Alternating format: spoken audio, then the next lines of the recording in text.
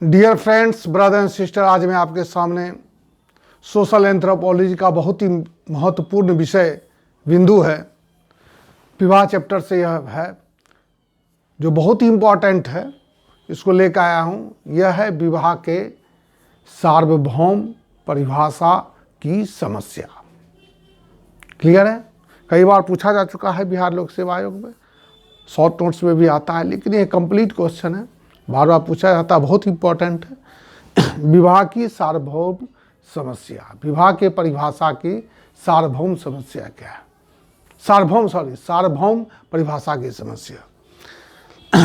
जैसा कि हम लोग जानते हैं कि विवाह की परिभाषा है कि यह एक सामाजिक सांस्कृतिक संस्था है जो स्त्री एवं पुरुष को एक विशेष नियमों के आधार पर यौन संबंध स्थापित करने की स्वीकृति प्रदान करता है। परंतु विवाह का जो स्वरूप होता है अनेक समाजों में अनेक प्रकार के पाए जाते हैं। विभिन्न समाजों में विवाह के विभिन्न प्रकार के स्वरूप पाए जाते हैं, और यह जो विभिन्न प्रकार के जो स्वरूप हैं, क्या वह विवाह के जो सामान्य परिभाषा है उसके अंतर्गत आते हैं? ऐसा देखना पड़ेगा। अनेक ऐसे विवाह सिस्टम हैं, मैरिज सिस्टम है, जो विवाह का जो अभी सामान्य परिभाषा है उसके अंतर्गत वो नहीं आते हैं।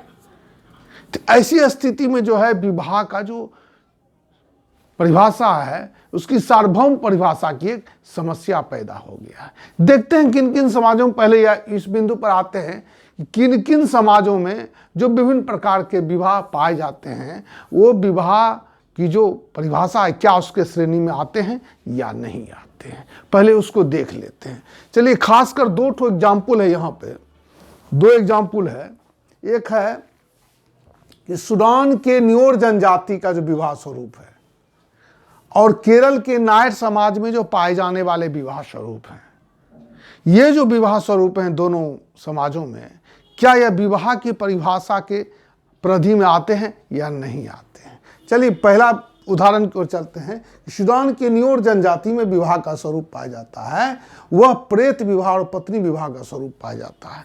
घोस्ट मैरिज और ओमेन टू ओमेन मैरिज। मैंने पहले भी विवाह चैप्टर में जो क्लास लिया हूँ इसकी चर्चा मैं उसमें कर चुका हूँ कि प्रेत विवाह क्या चीज़ है और ओमेन टू ओमेन मैरिज क्या चीज़ है। फिर भी इस प्रश्न के अंतर्गत मैं इन बिंदुओं को फिर से दोहराता हूँ, रिवीजन करता हूँ। आप अच्छे से सुनिए, आपको समझ में आ जाएगा।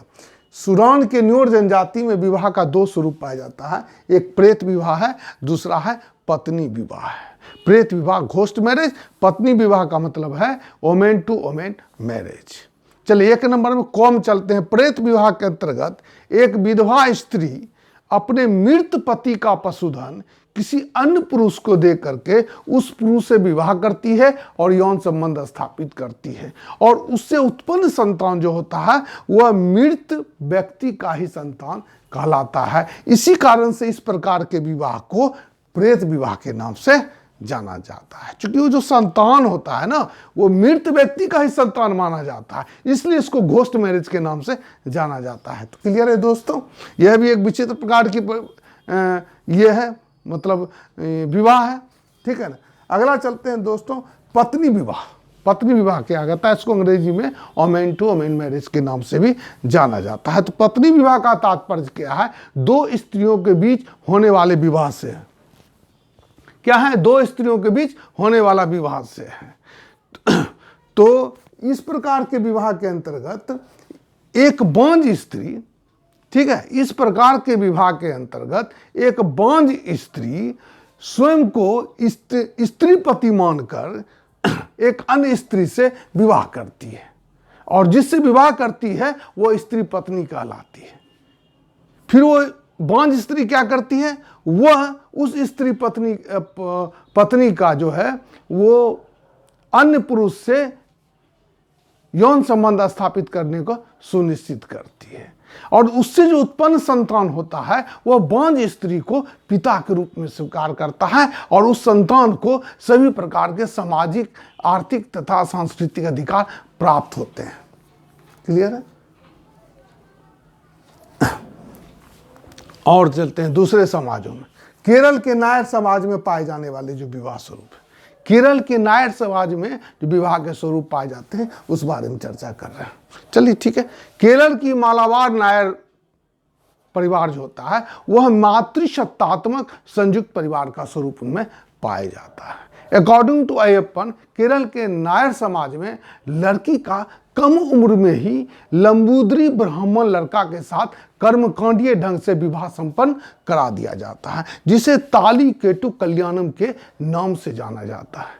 लड़की के वयस्क होने पर उसे अपने घर में आने वाले आगंतुकों के साथ यौन संबंध स्थापित करने की सामाजिक स्वीकृति रहती है और यह आगंतुक व्यक्ति उसका संबंधम पति कहलाता है, जबकि लड़की का अपने कर्मकांडीय पति के साथ कोई संबंध नहीं रहता है, कोई संपर्क नहीं रहता है और उस स्त्री से उत्पन्न संतानों का जैविकीय पिता उसका संबंधम पति होता है और उसका बच्चों के प्रति कोई भी सामाजिक, आर्थिक या नैतिक दायित्व नहीं होता है और स्त्री का कर्मकांडीय पति ही बच्चे का पिता कहलाता है। तो हम क्या देखते हैं, स्त्री का दो पति हो गया, एक संबंधम पति हो गया, एक जो है सो कर्मकांडीय पति होता है और जो संतान होता है कर्मकांडीय पति का जो क्या होता है वो उसका जैविक पिता नहीं होता है। जैविक पिता कौन होता है, संबंधम पति होता है। तो ये भी एक विचित्र प्रकार का विवाह है। तो ये जो सूडान की न्यूर जनजाति में जो विवाह का स्वरूप पाया जाता है, चाहे केरल के नायर परिवार में जो विवाह का स्वरूप पाया जाता है, वो विवाह की सामान्य परिभाषा के अंतर्गत नहीं आता है। तो ऐसी स्थिति में क्या होता है, विवाह ये जो है क्या हो गया, विवाह का जो है सो समस्या हो गया, सार्वभौम परिभाषा की समस्या पैदा होगी। देखिए आप लिखे इस प्रकार के विवाह से हम पाते हैं कि विवाह की परिभाषा इस प्रकार के विवाह स्वरूप को परिभाषित करने में सक्षम नहीं है। इसलिए कहा जा सकता है कि विवाह की परिभाषा अपने आप में पूर्ण एवं सार्वभौमिक नहीं है। क्लियर है? तो समस्या का समाधान क्या है? समस्या का क्या समाधान है? समस्या का समाधान अमेरिकी महिला मानव शास्त्री कैथलीन गफ, याद रखिएगा, का मानना है कि यदि विवाह की सामान्य परिभाषा में एक लाइन जोड़ दिया जाए कि अपने अपने समाज के मान्यता के अनुरूप, देखिए लिख दिया हूं मैं, अपने अपने समाज के मान्यता के अनुरूप को शामिल कर दिया जाए तो विवाह के सार्वभौम परिभाषा की समस्या नहीं रहती है। और इसके बाद सूडान के न्यूर जनजाति में और नायर परिवार में पाए जाने वाले विवाह स्वरूप भी विवाह के समान परिभाषा के परिधि में चले आते हैं। ठीक है। यहां पे है मानव शास्त्री एडमंड बीच कहते हैं कि सूडान के न्यूर जनजाति और केरल के नायर समाज में जो विवाह स्वरूप पाया जाता है वह विवाह के स्वरूप को परिभाषित करने में सक्षम नहीं है। यह एक समस्या है। और यहाँ पे अमेरिकी महिला मानव शास्त्री कैथलीन गफ का मानना है कि विवाह की सामान्य परिभाषा में अगर अपने अपने एक लाइन जोड़ दिया जाए, यह लाइन है, अपने अपने समाज के मान्यता के अनुरूप, जो जिस समाज में रहता हो, जो जिस समाज में बिलोंग करता है, उस समाज के मान्यता के अनुरूप अगर इस शब्द को समान परिभाषा में जोड़ दिया जाए तो जितने भी प्रकार के विवाह हैं वो विवाह की सार्वभौम परिभाषा के अंतर्गत आ जाते हैं और उसकी सार्वभौम परिभाषा की जो समस्या है वह समाप्त हो जाती है। तो क्लियर है दोस्तों, इतना साथ ही, चूंकि ये कंप्लीट एक क्वेश्चन है, problems of universal definition of marriage, विवाह के सार्वभौम परिभाषा की समस्या। समस्या भी है, समाधान भी है और इसको आप बढ़िया से सुनिए, लाइक कीजिए, सब्सक्राइब कीजिए। बहुत इंपॉर्टेंट क्वेश्चन है। आशा करता हूँ कि हमारे जो विद्यार्थी है, जो फॉलोवर्स हैं, इसको सुनेंगे। एंथ्रोपोलॉजी का हर एक चीज़ को मैं 1 बाय 1 करके डाल रहा हूँ। आप बढ़िया से देखिए, समझिए, लाइक कीजिए, सब्सक्राइब कीजिए। धन्यवाद।